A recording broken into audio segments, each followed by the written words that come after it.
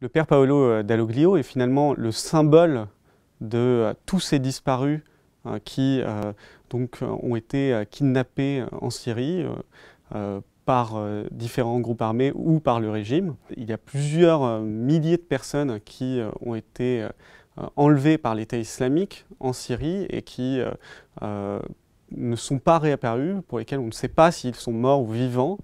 Et ça crée une très grande détresse chez leurs proches. Et chez les proches du père Paolo, dans sa famille, ses sœurs, ses frères, ses parents, c'est quelque chose d'extrêmement dur. Cette famille ne souhaite pas communiquer avec les médias pour ne pas mettre en danger le père Paolo s'il est toujours en vie.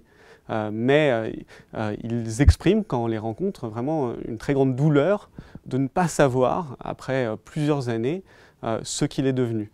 De même, sa communauté, les moines de la communauté Al-Ralil qu'il avait fondée en Syrie, sont vraiment dans le deuil impossible de leur fondateur. Et pourtant, à la surprise même de ceux qui étaient les détracteurs du père Paolo, de ceux qui ne croyaient pas dans son engagement politique ou qui pensaient que sa communauté n'existait en fait qu'au travers de lui, la communauté Al-Ralil entretient sa mémoire et essaye de faire vivre son héritage spirituel, son combat pour le dialogue entre islam et christianisme.